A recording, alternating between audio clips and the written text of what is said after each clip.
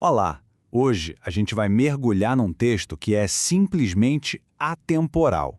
Estamos falando de mais de 2.500 anos de história e, mesmo assim, ele continua sendo uma das obras de estratégia mais influentes do planeta. Bora decifrar A Arte da Guerra, de Sun Tzu. Sun Tzu já começa logo de cara com um aviso muito sério. Para ele, guerra não é brincadeira, não é um esporte, nem um joguinho de poder. É o ponto final. É aquela linha que separa a sobrevivência da ruína completa. Então, pensar nisso com a seriedade que o assunto merece, esse é o primeiríssimo passo de qualquer estratégia. E é exatamente essa seriedade toda que nos leva ao nosso primeiro grande ponto. A gente precisa entender a natureza do conflito, antes mesmo de sequer cogitar entrar nele. Sun Tzu tinha uma crença bem forte. Para ele, a vitória podia ser prevista. Como?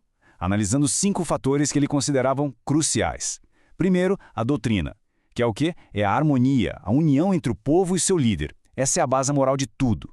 Depois, o tempo e o terreno, ou seja, as condições da natureza que, não dá para ignorar. Aí vem o mando, que é basicamente a competência do general. E, por fim, a disciplina, que é toda a organização, a logística que faz o exército funcionar como uma máquina. Quem domina a análise desses 5 pontos antes da batalha começar, já tem a vitória nas mãos. Ok, agora a gente chega no princípio que é talvez o mais famoso do livro inteiro, a base, o alicerce de qualquer plano que queira ter sucesso. Essa frase, essa aqui é o coração do pensamento de Sun Tzu. Não é sobre força bruta, sabe? É sobre conhecimento. Um conhecimento profundo de si e do outro. É isso que garante a segurança. E olha, isso vale para um campo de batalha, mas vale também para uma reunião de negócios, para a vida.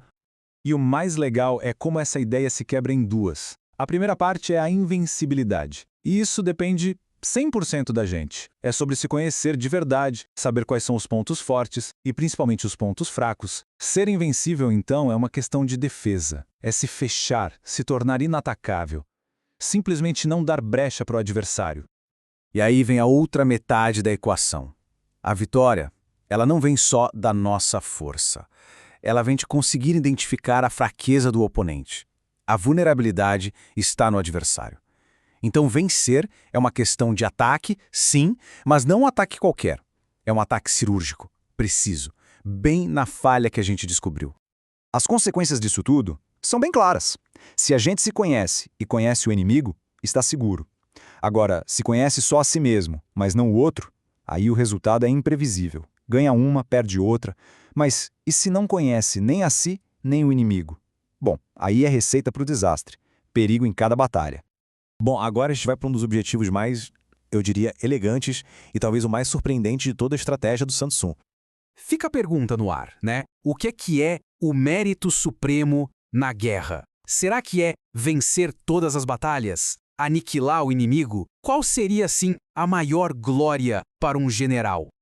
E a resposta do Sun Tzu é surpreendente. A verdadeira maestria não é destruir, é vencer antes da luta começar. É uma ideia que parece até radical, né? A melhor batalha é aquela que simplesmente não acontece. Então, o ponto central é esse. O alvo não é o exército inimigo em si. O alvo é a vontade deles de lutar. A estratégia de mestre é aquela que ataca os planos do adversário, que desfaz as alianças dele, que mina o moral, e assim a luta corpo a corpo se torna desnecessária, irrelevante. Mas, beleza. Como é que se consegue essa vitória sem luta?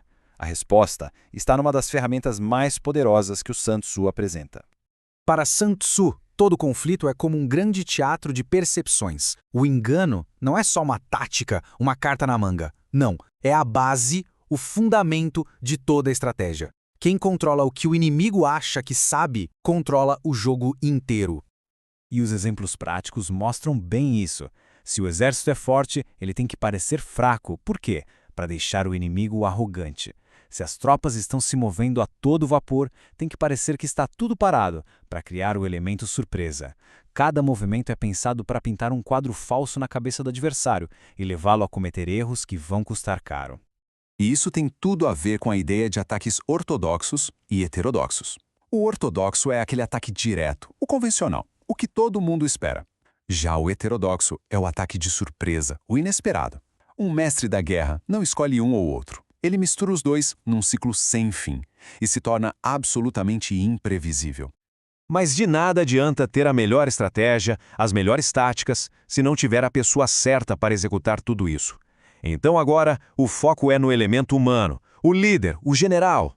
Aqui a gente vê um contraste muito forte. Um general ideal precisa de sabedoria, sinceridade, coragem, mas, e aqui está o pulo do gato, cada uma dessas virtudes, se levada ao extremo, vira um perigo. A coragem, por exemplo, pode virar uma vontade louca de morrer sem necessidade. A benevolência pode virar uma compaixão excessiva que impede de tomar decisões difíceis. O segredo, então, é o equilíbrio. É esse equilíbrio que forma um grande líder.